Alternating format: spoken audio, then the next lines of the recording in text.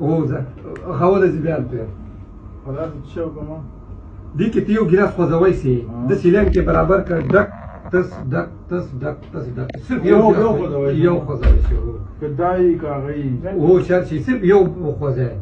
ځکه چې وخت نشته لږ وخت یو بس پورا گئی دا صرف یو ګلاس به خوځي یو به خوځوما بس هو به لین به برابر تس ډک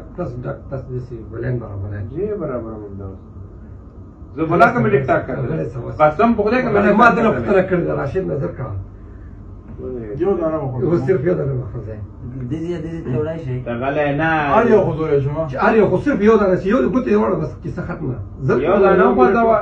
او یو ډک بل تش بیا ډک بیا تش او بیا د ډک سیسه سره به کې خپل کیږي دا صرف یو ګلاس بجیږي امکان لري خزه غلې غلط فیل کېده